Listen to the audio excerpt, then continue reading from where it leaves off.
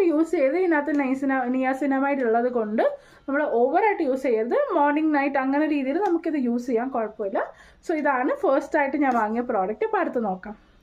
ഇതിൻ്റെ പ്രൈസ് വന്നിട്ട് around 400-450 rupees ആണ് ഞാൻ കണ്ടത്. സോ ഇത് യൂസ് ചെയ്തിട്ട് കുറച്ച് നാൾ യൂസ് ചെയ്തിട്ട് ഞാൻ എങ്ങനെയുണ്ടെന്ന് ഞാനിത് പറയാം. അടുത്ത് ഞാനിവിടെ വാങ്ങിയേക്കുന്നത് നമ്മുടെ ലാക്മിയുടെ മൈസലാർ വാട്ടറാണ്.